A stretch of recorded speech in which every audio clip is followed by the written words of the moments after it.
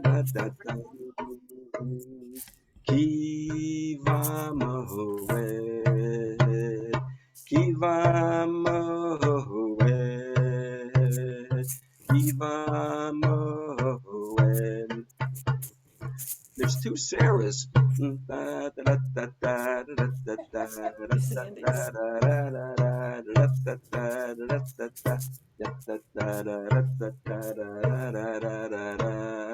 Kiva moed, kiva moed, kiva moed, kiva moed. If you have percussion, see if you can get a heartbeat going. Listen, listen, listen to my heart song. Listen, listen, listen to my heart song. I will never forget you. I will never forsake you. I will never forget you. I will never forsake you.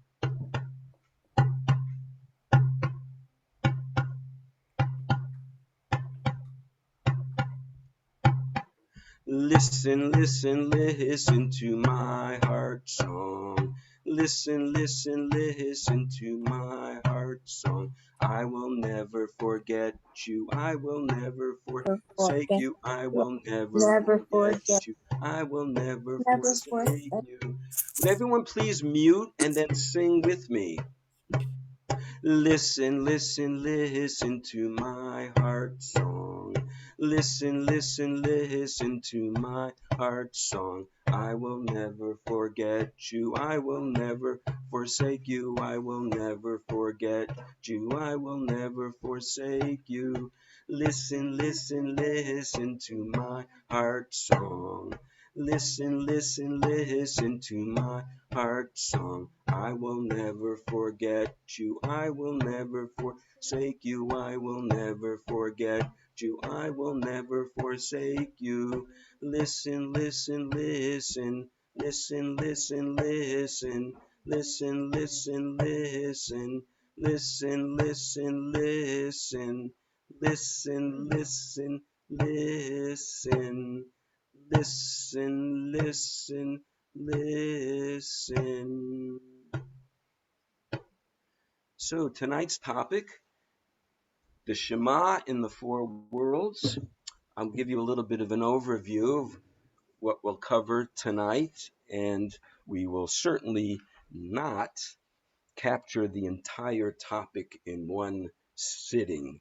Um, so we'll go as far as we go till 8:15, and what's ever left we'll save for another time.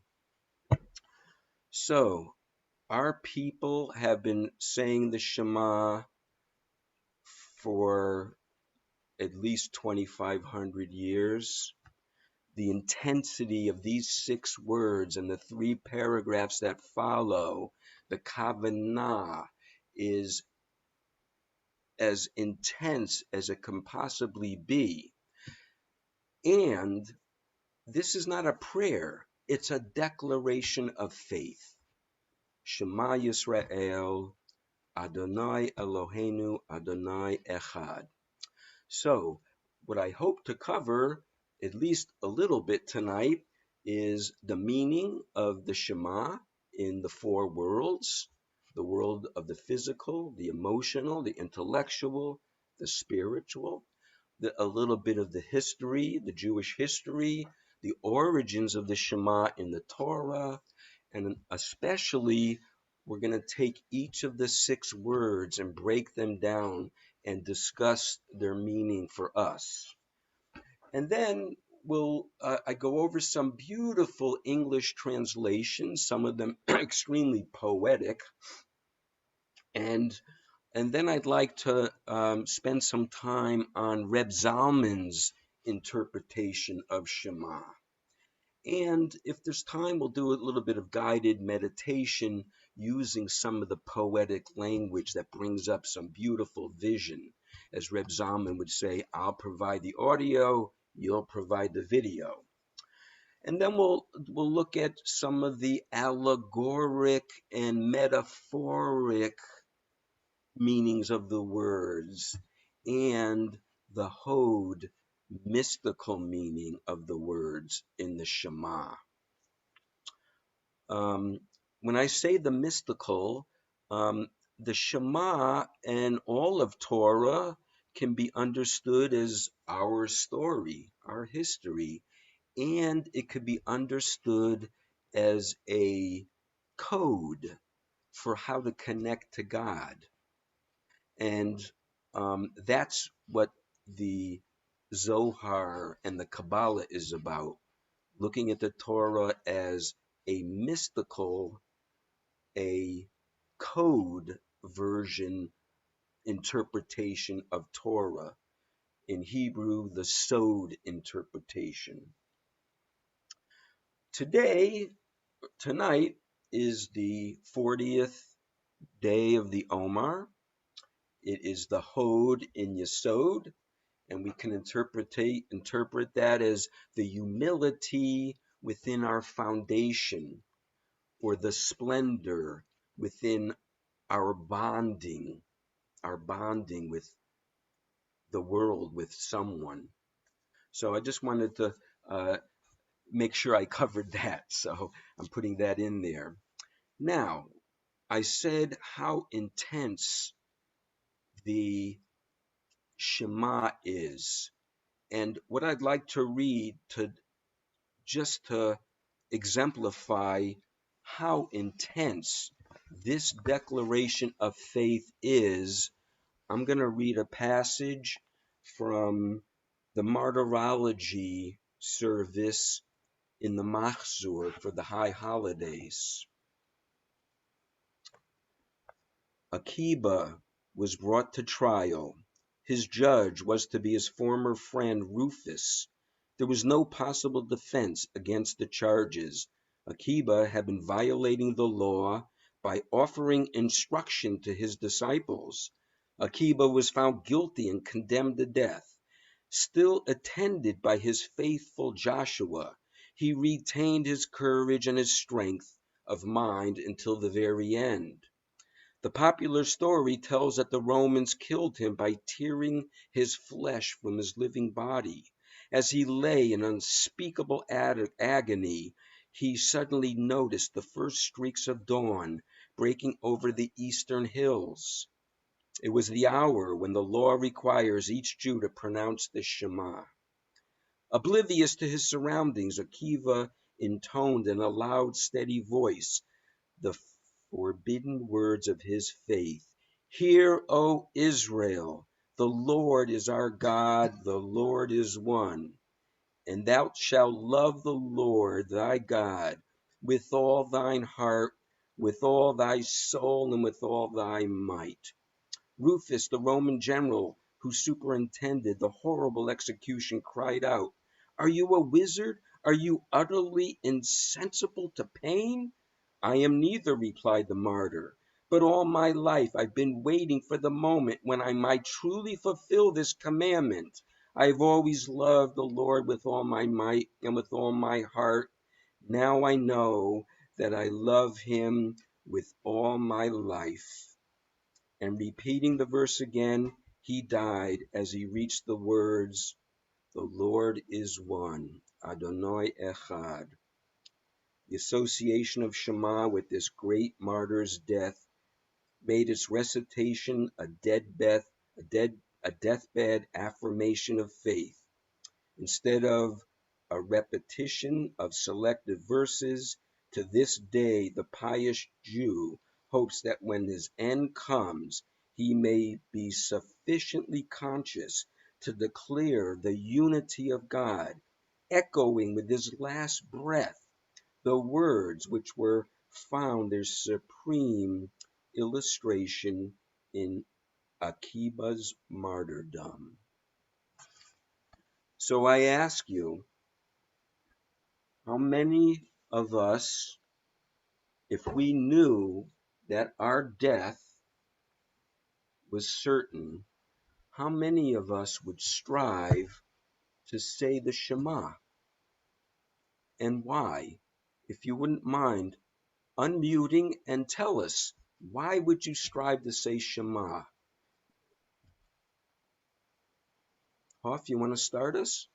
I can't think of any more appropriate and spiritually fulfilling way to begin the transition and to give a sense of comfort as we go on to the next adventure. Ken Yehi Ratzon. Sarah? So, Mark, when we were in the Death as Homecoming workshop, we learned that the prayer that we say before we die is the forget it, Badui? Vidui. And when I came home from that, which is Shema, I said to my son-in-law, if I can't say the Vidui for myself, will you say it for me?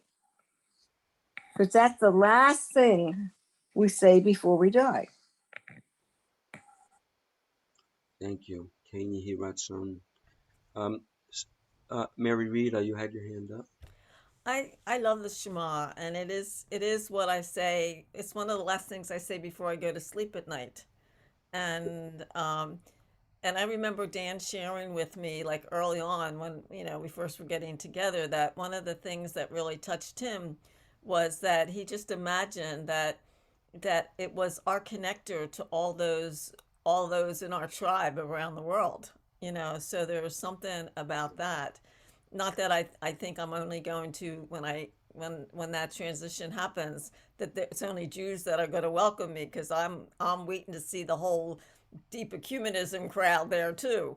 But there is something about Shema and even Israel, like, God wrestler. Oh my gosh, God wrestler. So it just feels like one of the best prayers that I could say. Amen. Thank you. Anyone else like to share? Stephen, was that a nose scratch or a sharing? It could be both. I know that growing up, my grandfather always told us how important the Shema was. And actually, that was the first prayer I remember memorizing, and that we'd have to repeat to him by heart the first paragraph, and so that we'd know it. And when we'd ask him why, he would tell us that you're supposed to say it before you die. So you need to know this prayer. It was that important for him to teach us that and review it all the time. And from once we could start davening, that was more important than anything to him. I love that, Stephen, a transmission from your grandfather. I firmly believe that the soul of Israel, Knesset Israel, will embrace us in the next life. And that transmission from your grandfather is so beautiful. Deborah, I just noticed the electronic hand. I wasn't looking for them. Electronic hands always go up to the top left corner. Yeah, I see that now. I had nobody tell me that when I was growing up or anything else. So, but in everything that I've learned along the way, I feel like at that moment of dying, that is where I'm entering God's next realm. And that it's like that little connector for saying the Shema. And what you said, Reb Sarah, about the Vidui, I thought that was to be said with somebody, not as your own thing at the end of life. So I'm not. We can. Yeah, there's a whole. What Sarah was referring to is we took a workshop called "Death as a Homecoming." The Vidui we'll save for another topic. It's its own thing. Hoff, you wanted to say something?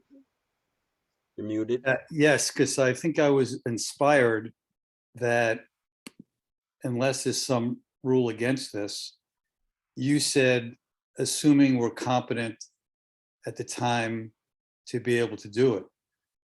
But following on what Sandy said, it seems to me, could I not, and I'd be happy to do this, make a recording and have that played for me on my, let's say, deathbed?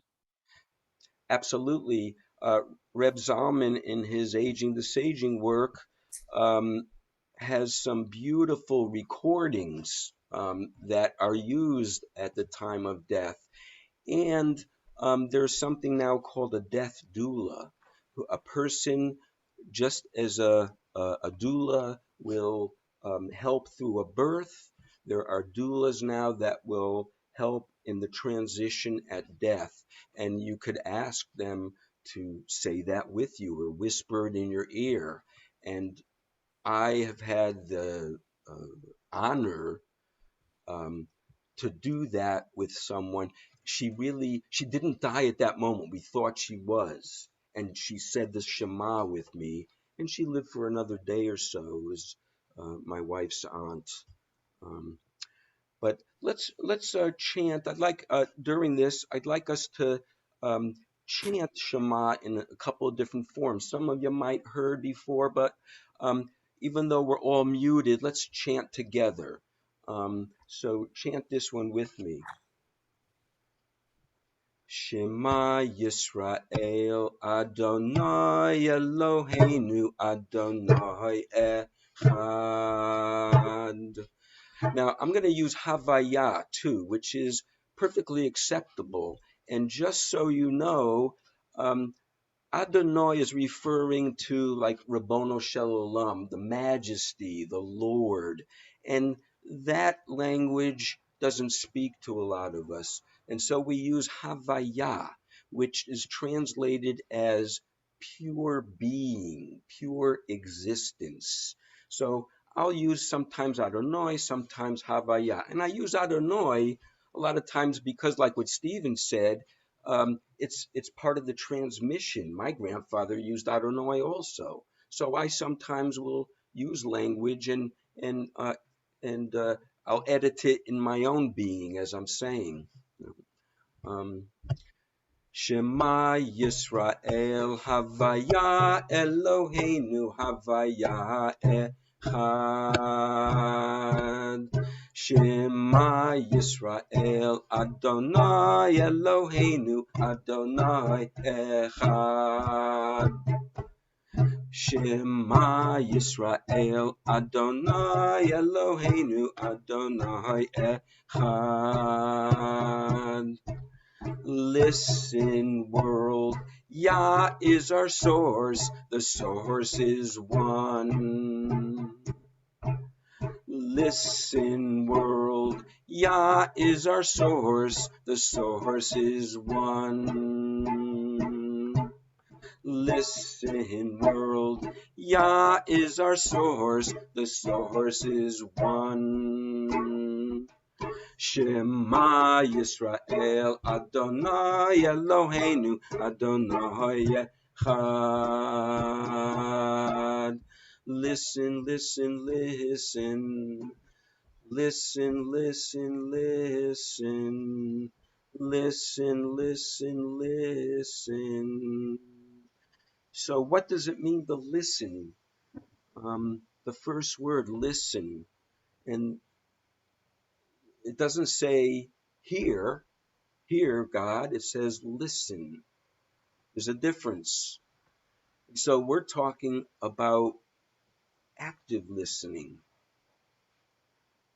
Does anyone want to comment on what they think?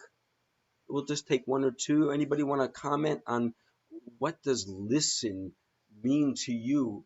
And when you say those words of Shema, listen. Mary Rita. Bruce had his hand up first. Oh, thank you.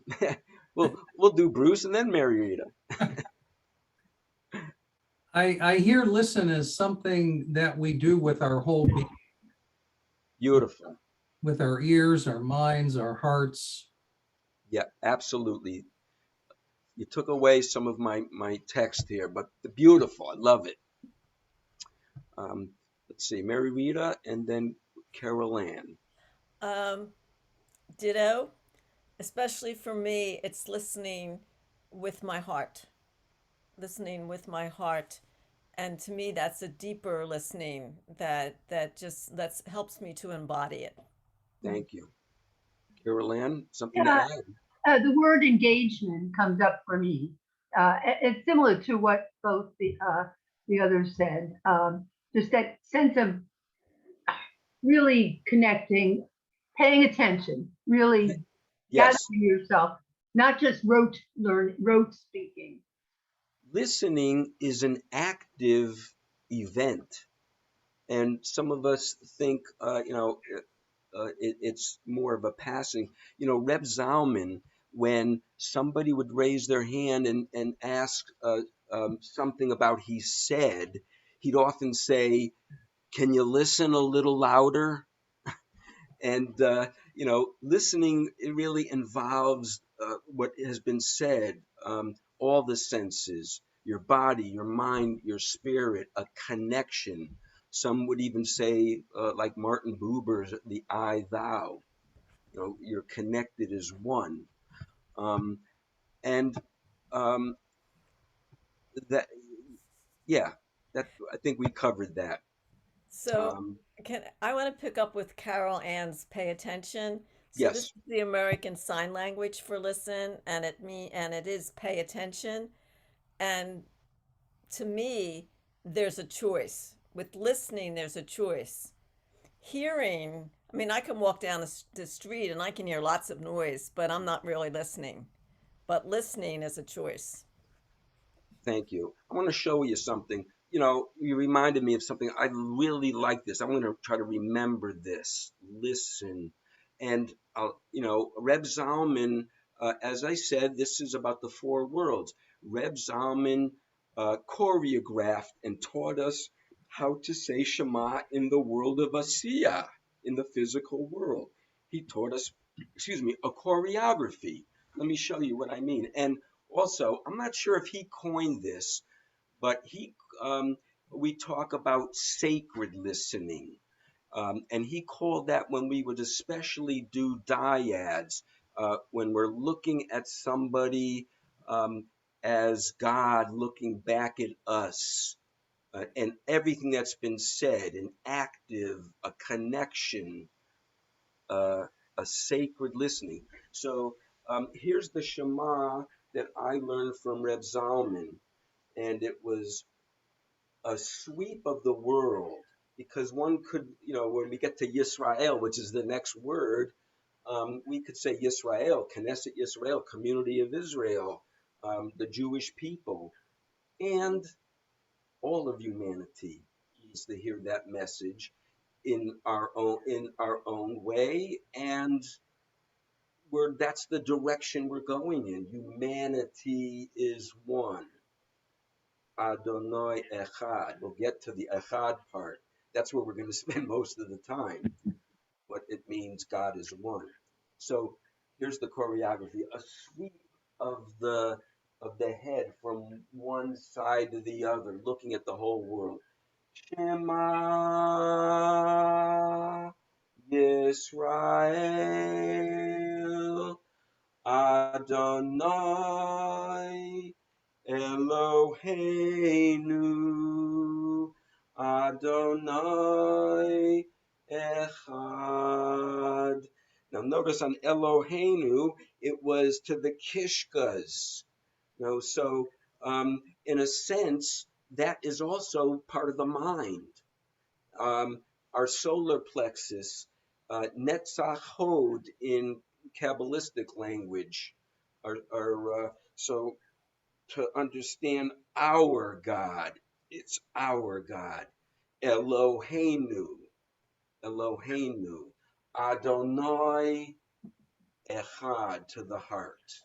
So the whole thing is Shema Yisrael Adonai Eloheinu Adonai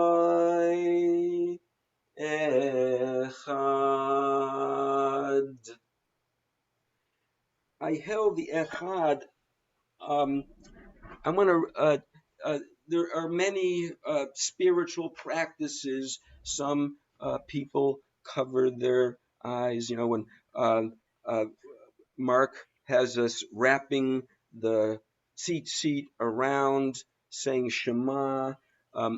Some people's custom is to hold a finger on the forehead, the oneness. And here's Reb Shlomo's practice. I love this. He covers his eyes when chanting, reminds us that we are so close to God at this very moment that it's beyond physical seeing. He says, when two lovers kiss, their eyes are shut. The moment of Shema is a spiritual kiss between each of us and the beloved, the Holy One, blessed be she. I love that. A kiss, a spiritual kiss. So,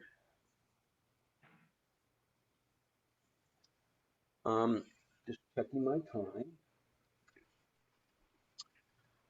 What I'd like to do is, at the very end, the last practice we're going to do is, again, Reb Zalman, the grandfather, will say, of Jewish renewal. And I know that Marc has smicha from Reb Zalman, and many of us knew him and follow and read his books. And so I'm going to use him a lot. The last thing we're going to do is he advocated we say Shema 4 times, once for all of the world, all of Yisrael. A second time inserting our own name, because we take in the message of Shema into our whole being. A third time we can say Shema to and insert somebody's name who we think needs to hear that message, a beloved, somebody that is maybe ill, somebody that really needs to hear the message of Shema. And the last time, as if it's the last time we could ever say it, with that kind of kavanah that we described in the Rabbi Akiva story. And so at the very end, we will do a little practice where we'll chant a little bit, and we'll really, it'll be our bedtime Shema Mary Rita. We'll all say it together with you. Now, let's see, there are 12 of us. So I'd like to do a little bit of a really practice to really take in these 6 words. And when I call your name, I'd like you to unmute, and the rest of us will remain muted, and I'm going to ask you to recite Shema with me, and we're going to insert your name instead of Yisrael. And you say it with your eyes closed and take it in. What does it feel like? Now, we do this, of course, when we're all together in a circle and you can hear everybody. It's extremely powerful. I've never done this on Zoom. I don't know how powerful it's going to be. We're experimenting. Part of Jewish renewal is we're a laboratory for prayer. So let's try it and see how it is. Deborah, why don't you unmute? And also, I will just say that everybody has the right to pass. If this is something you don't want to participate in, when I call your name, just either go like this or say pass. So, Deborah, say chant Shema with me. And we'll all use Deborah. Devorah. Devorah, beautiful. Shema Devorah Havaya Eloheinu Havaya Echad. Bruce, would you Bruce, pass? Okay, Mary Rita. That's not a pass. Oh, I'm sorry. I thought it That's was. a hello. Oh, hello. Okay, Bruce, chant with me if you'd like. And let's actually see how it sounds with two people. I'm hoping it works. We'll see. Oh, also, Bruce, say it with yourself a little bit low to the microphone and a little bit softer. That's, I'm told, in terms of the Zoom picking up the decibels, that might work better. And also, if you have a name you want to use, like a Hebrew name, tell us ahead of time. But we'll use Bruce. Good? Bruce, I don't have a Hebrew name yet. Okay. All together. Shema Bruce. Bruce. Adonai Eloheinu. Adonai Echad. Mary Rita? I like to use Miriam Ruth. Shema Miriam Ruth. Adonai Eloheinu. Adonai Echad. Hoth. I want to use Huff. Shema Hoth. Huff. Adonai Eloheinu. Adonai Echad. Susan?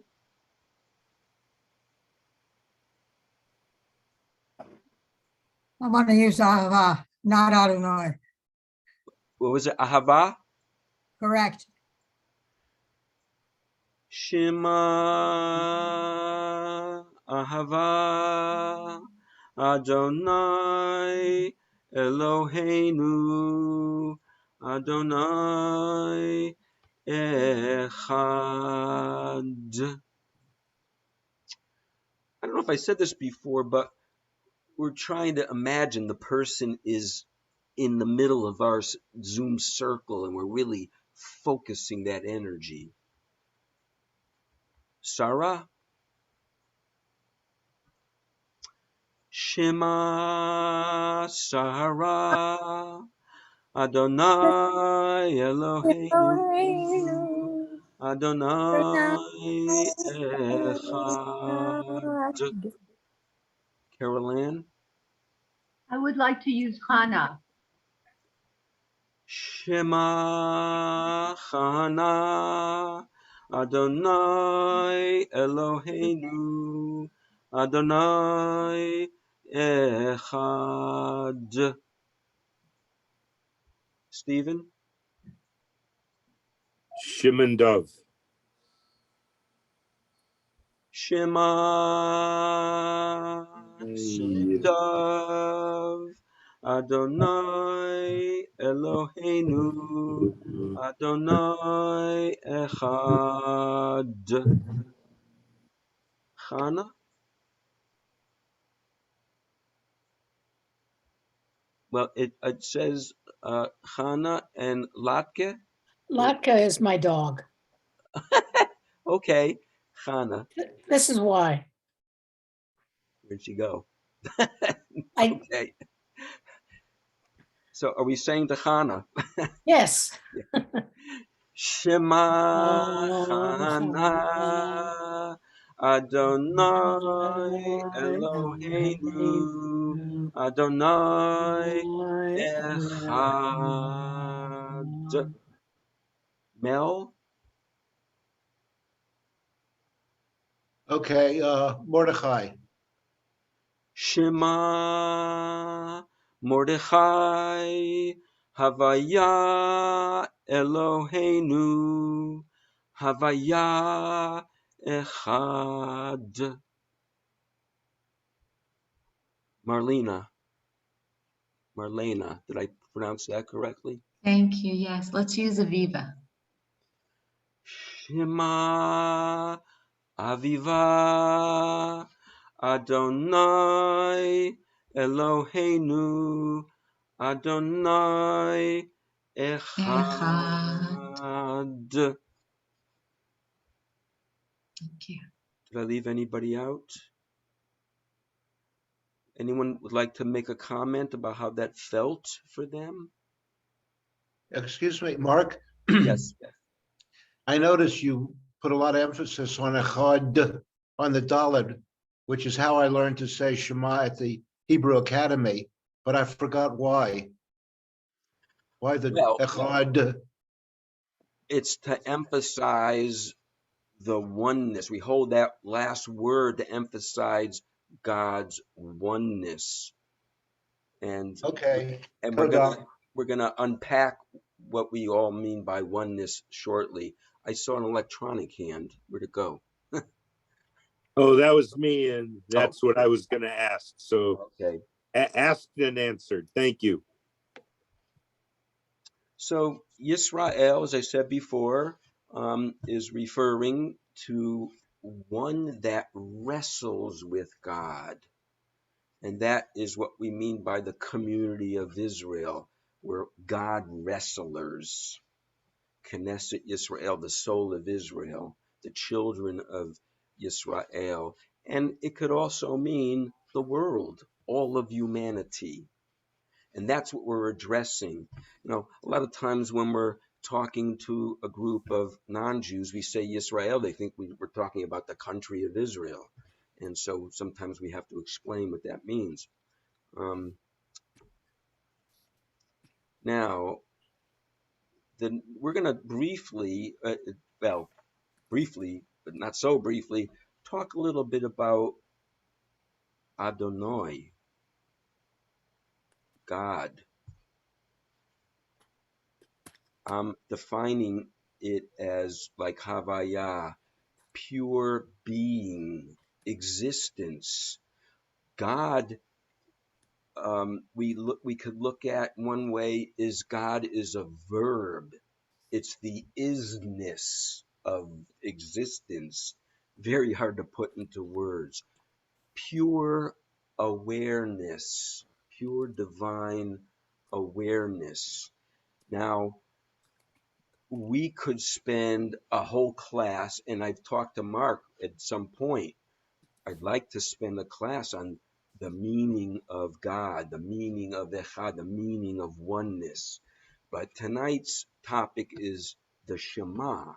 So it's going to be very difficult for me to just shorten, and I'm going to use some language which you might not be familiar with, and it might not mean as much to you now, but it'll plant the seed.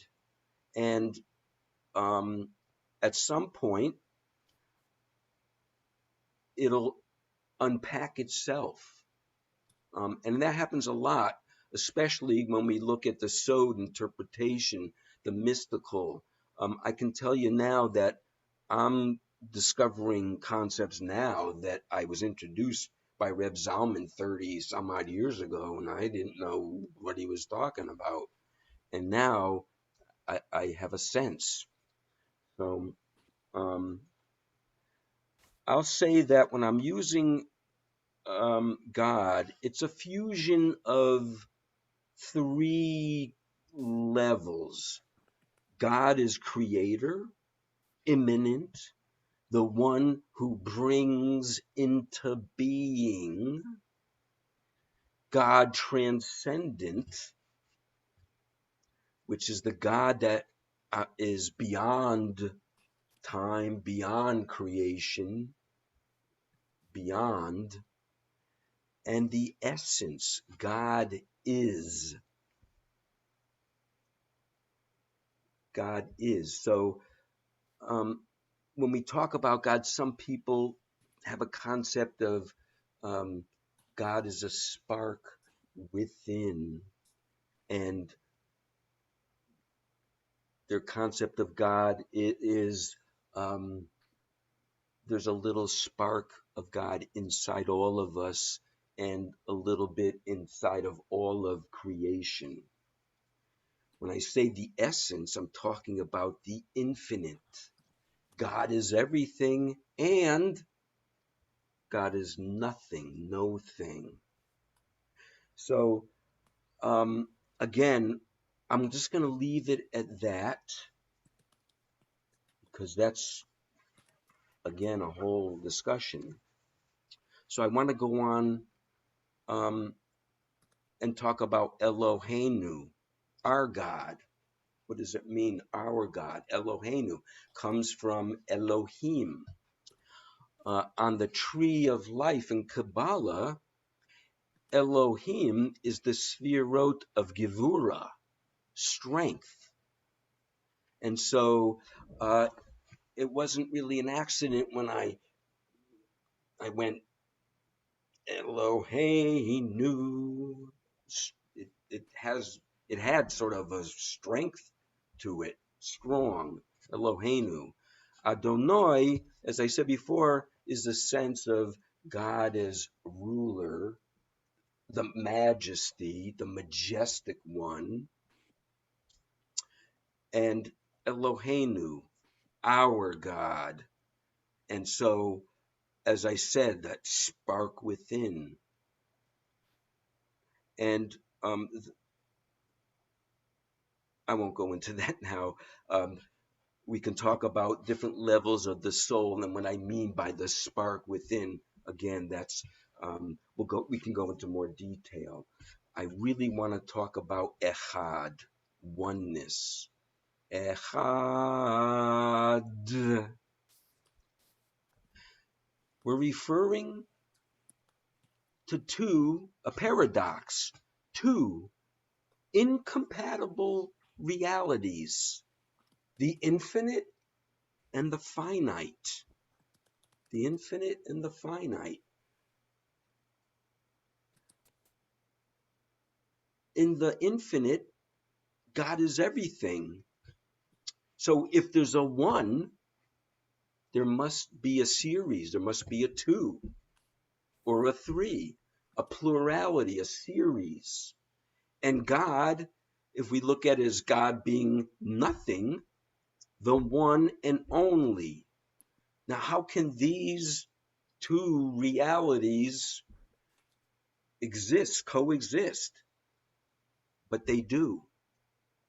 And that's part of the mystery. Nothing and everything. God infinite and God finite into this existence. And we can also say the hidden and the revealed. Immanent, transcendent essence, all wrapped into one. Now, I was going to ask the audience here to talk a little bit about what God or oneness means to you. But if I do that, we will go off on such a tangent that we won't come back from it. So I'm going to go a little bit back to Shema Yisrael. Adonai Eloheinu Adonai Echad. So we're talking about our God and the oneness, the essence, the everything of the universe.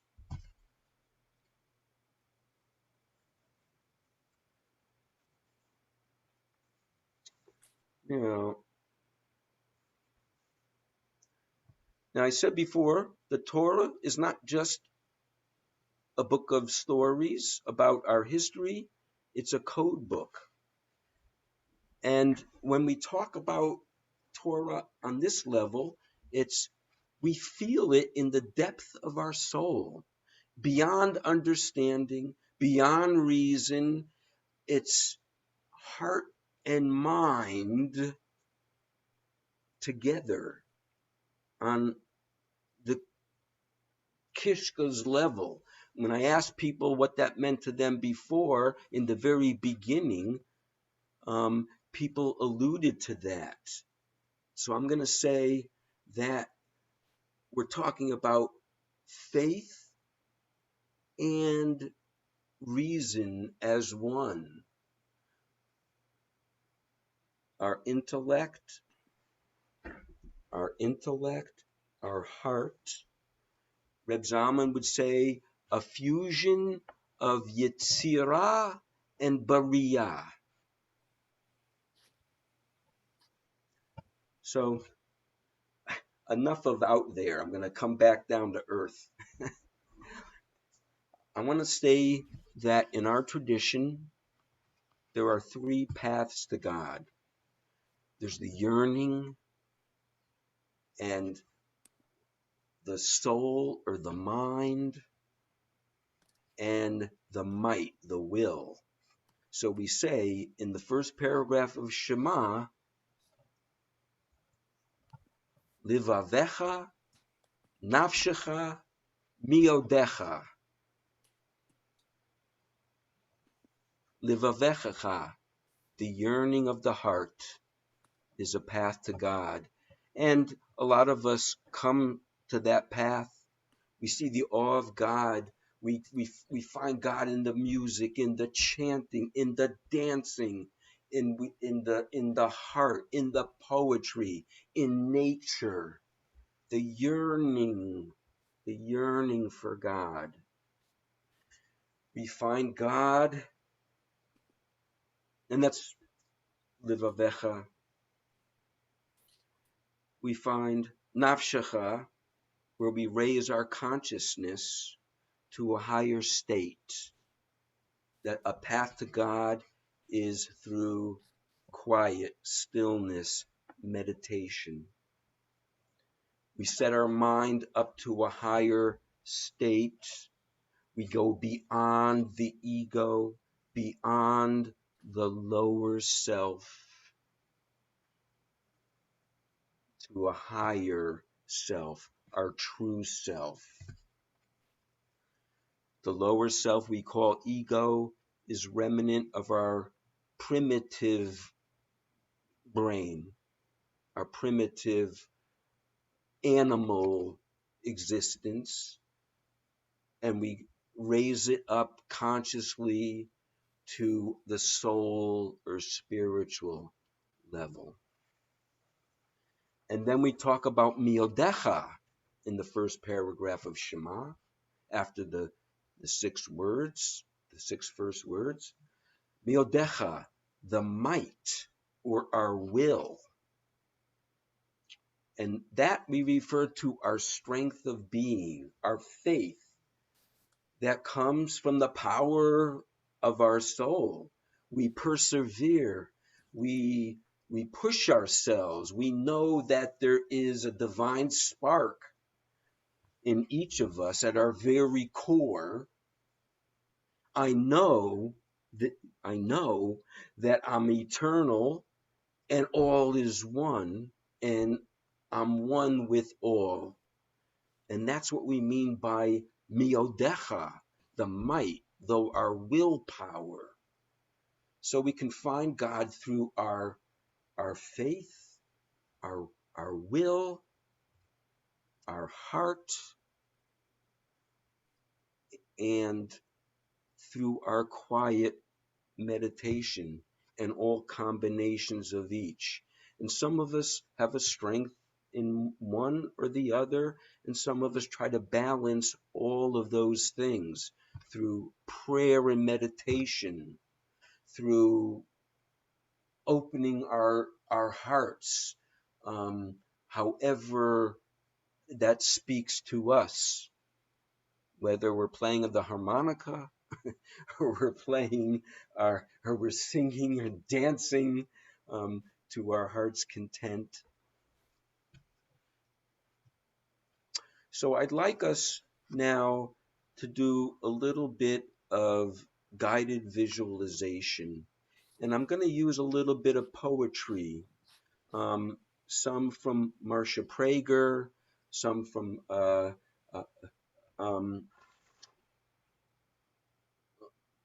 Marcia Falk, two Marcias, I got confused, some from Reb Zalman, and a few other authors. And and we are all very familiar with, from the traditional Siddur, the V'ahavta. How many people are familiar with the V'ahavta, the first paragraph of Shema, in English? So I'm going to use some poetic translations of the first, what we just covered, the first 6 words of Shema, and the first, the second, and the third paragraphs of Shema, where we talk about those 3 paths to God in the V'ahavta. And when we talk about the tzitzit, we look at the tzitzit as another reminder. And then we're going to talk about reminders. Why do we keep focusing? Why do we need to be reminded constantly that God is one? Or that, we put up mezuzahs, we pray, we say Shema in the morning, we say Shema when we go to, why? And then we'll conclude with Reb Zalman's chanting of Shema. So, close your eyes if you'd like, not required, but I'll name some authors and then we'll recite a little bit of Shema.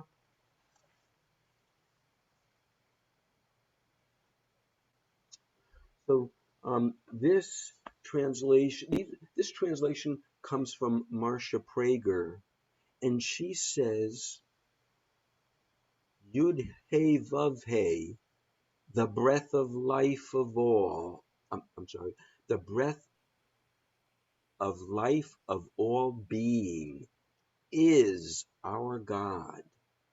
Yud Hey Vav Hey is the eternal, infinite oneness, all that exists. That's another way of saying Shema Yisrael, Adonai Eloheinu, Adonai Echad. Arthur Waskow uses the breath, and he would say Shema Yisrael, Yah Eloheinu, Yah Echad, God being the breath of life.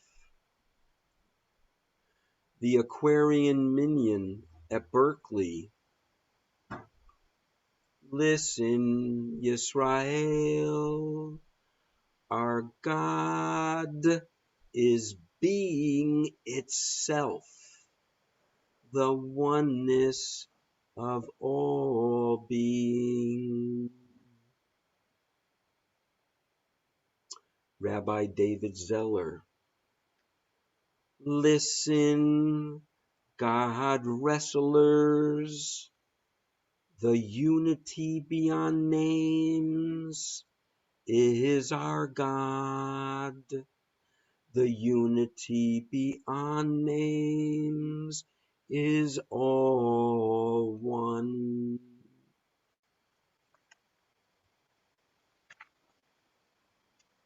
Marcia Falk, Hear, O Israel, the divine abounds everywhere, everywhere, and dwells in everything. The many are one.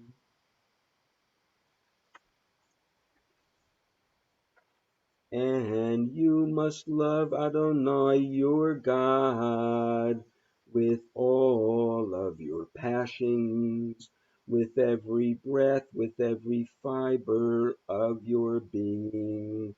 Take these words by which I join myself to you into your heart.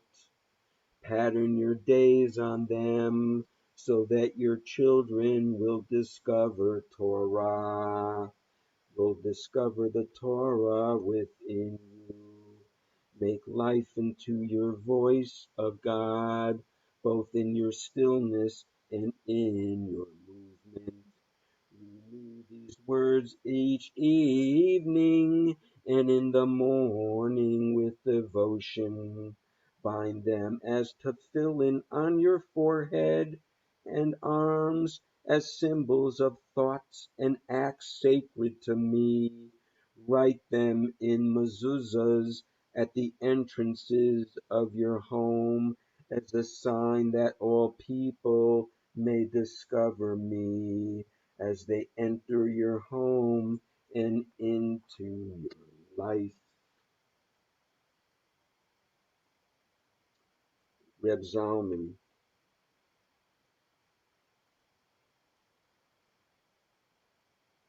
Listen, Yisrael person, Havaya, who is our God.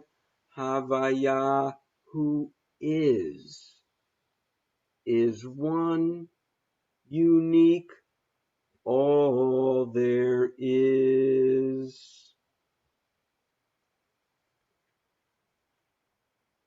And then Reb Zalman uses the response that we say softly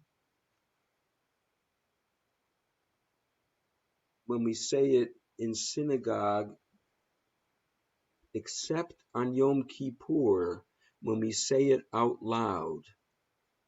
And the reason is that in the times of the temple, the priests would go in and say the hidden name of God that is only said by the high priest on Yom Kippur, and the masses outside the temple would respond, Baruch Shem Kivod Malchuto Leolam Va'ed. Blessed is the name forever and ever. And I love Reb Zalman's translation, which goes, Baruch Shem Kivod Malchuto Leolam Va'ed. Ay, ay, ay, ay, ay, ay. Ay, ay, ay, ay, ay, ay. Through time and space, your glory shines, our majestic one. Ay, ay, ay, ay, ay, ay. Ay, ay, ay, ay, ay, ay. And then would continue with the first paragraph of the Ahavta. Love Adonai, who is your God, in what your heart is in what you aspire to, in what you have made your own. May these values which I connect with your life be implanted into your feelings. May they become the norm for your children, addressing them in the privacy of your home, on the errands you run. May they help you relax and activate you to be productive. Display them visibly on your arm. Let them focus your attention. See them in all your transitions at home and in your environment. How goodly it will be when you really listen and hear my directions which I give to you today. for loving Adonai, who is your God, and act godly with feeling and inspiration. Your earthly needs will be met at the right time, appropriate to the season. You will reap what you've planted for your delight and for your health. Also, your animals will have ample feed, and all of you will eat and be content. Be careful, watch out. Don't let your cravings delude you. Don't become alienated. Don't let your cravings become your gods. Don't debase yourself to them, because the God sense within you will become distorted. Heaven and earth will be shut to you. Grace will not descend. Earth will not produce. Your rushing will destroy you, and the earth will not be able to recover her good balance. May these values of mine reside in your feelings and aspirations, marking what you produce, guiding what you perceive. Teach them to your children.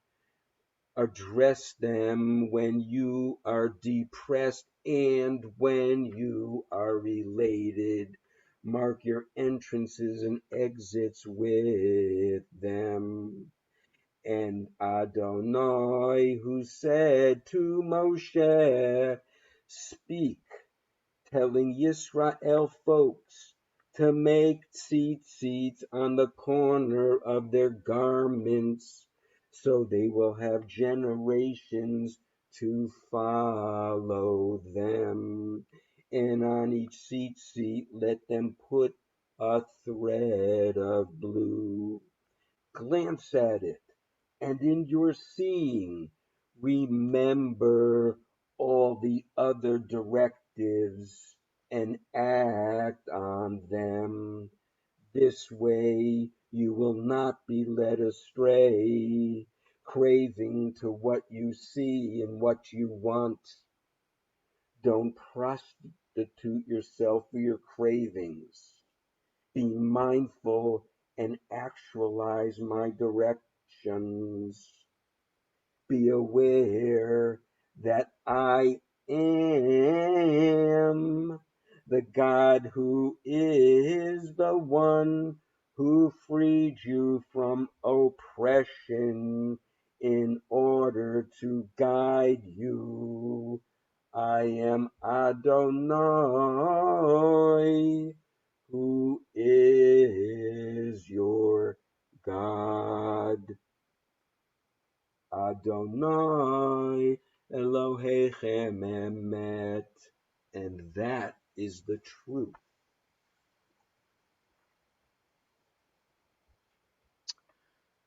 Wow. Take a deep breath, everybody. I have about 4 other different renditions of beautiful poetry, but too much for one sitting. I don't know if Rabbi Marc has used Marcia Falk's Shema, but it's very beautiful. I'm going to save that for another time. So we're going to finish with a chant. As I said before, we're going to say Shema together, although we're muted. And we're going to do it 4 times. And we're going to build ourselves up. We're going to build the Kavanah. You have to imagine 150 Jewish renewal people in a circle chanting this all together. It is so powerful. So I just want to say that, like I said before, we need reminders. We put up mezuzahs. Why? Because we need reminders to stay present. In the present moment is where we find God. In the present moment is where we just are, where we are aware of the divine. And we forget, we get caught up in our daily this and daily that. Some people have a custom, they go into a room, they kiss the mezuzah, and they remember Shema. The Shema is inside of the mezuzah in a scroll. So not only does the biblical passage command us, instruct us to put up the mezuzah to remind us, it's what's in the mezuzah itself. So let's learn this chant. And if you in a traditional siddur, I think even in the MOSh siddur, the chant goes, Ehel Melech Ne'eman, Ehel Melech Ne'eman. God is our faithful source. God is our faithful source. Now, in the tradition, the Melech refers to king. So some of us even say, Ehel Ruach Ne'eman, Ehel Ruach Ne'eman. God is our faithful spirit. God is our faithful spirit. So it's traditional to do this chant before we chant Shema. So what I'm going to ask us to do is we're going to chant that chant, and we're going to do it a number of times. Unfortunately, you're only going to hear me chanting, but you have to imagine that there's all of us chanting together. And then I'm going to count down as you're chanting at home. Keep going with the chant. And as you chant, Ehel Melech Ne'eman with me, Ehel Melech Ne'eman. I'm going to start at 7 and go and count it down to 0. And when I go to 0, all together we're going to chant Shema Yisrael. And we'll do it 4 times. And I'll give instructions as we go. The first time, we're putting Shema out to the Knesset Yisrael and the whole world. Now, as you're chanting, you might hear me chanting something different, but don't let that stop you from chanting. Ehel Melech Ne'eman, Ehel Melech Ne'eman with me. Ehel Melech Ne'eman, Ehel Melech Ne'eman, Ehel Melech Ne'eman, Ehel Melech Ne'eman, Ehel Melech Ne'eman, Ehel Melech Ne'eman, Ehel Melech Ne'eman, Ehel Melech Ne'eman, Ehel Ruach Ne'eman, Ehel Ruach Ne'eman, Ehel Melech Ne'eman, Ehel Melech Ne'eman, Ehel Melech Ne'eman, Ehel Melech Ne'eman, Ehel Melech Ne'eman, Ehel Melech Ne'eman, Ehel Melech Ne'eman, Ehel Melech Ne'eman. God is our faithful source. God is our faithful source. God is our faithful source. God is our faithful source. Ehel Melech Ne'eman, Ehel Melech Ne'eman, Ehel Melech Ne'eman, Ehel Melech Ne'eman, Ehel Melech Ne'eman, Ehel Melech Ne'eman, Ehel Melech Ne'eman, Ehel Melech Ne'eman. 7. Ehel Melech Ne'eman, Ehel Melech Ne'eman, Ehel Melech Ne'eman, Ehel Melech Ne'eman. 6. Ehel Melech Ne'eman, Ehel Melech Ne'eman, Ehel Melech Ne'eman, Ehel Melech Ne'eman. 5. Ehel Melech Ne'eman, Ehel Melech Ne'eman, Ehel Melech Ne'eman, Ehel Melech Ne'eman. 4. Ehel Melech Ne'eman, Ehel Melech Ne'eman, Ehel Melech Ne'eman, Ehel Melech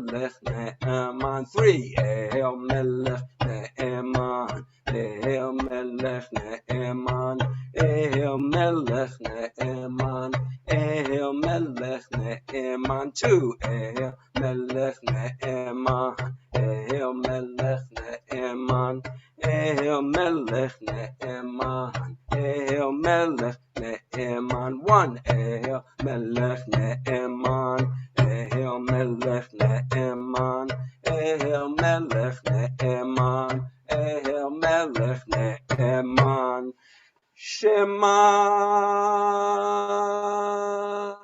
Yisrael Adonai Eloheinu Adonai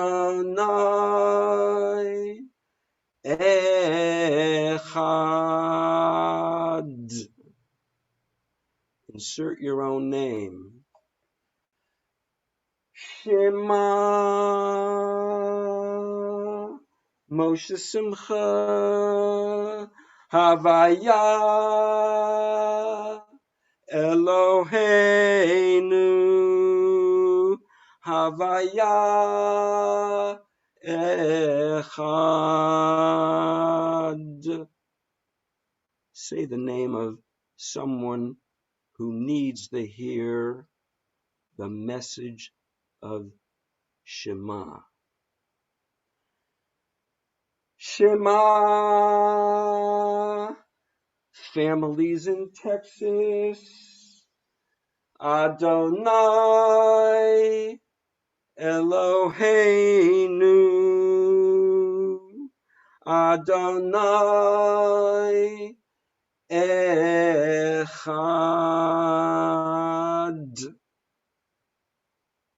With the kavanah that this is the last time you could ever say these words. Shema Yisrael Yah Eloheinu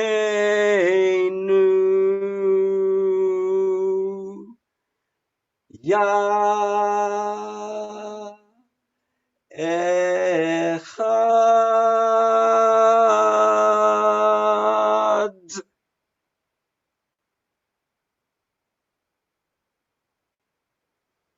Deep breath.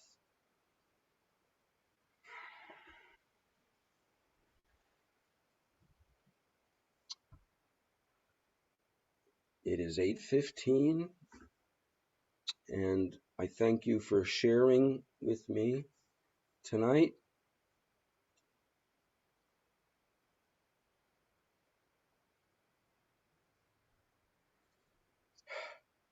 Wow. I was just thinking of those families in Texas.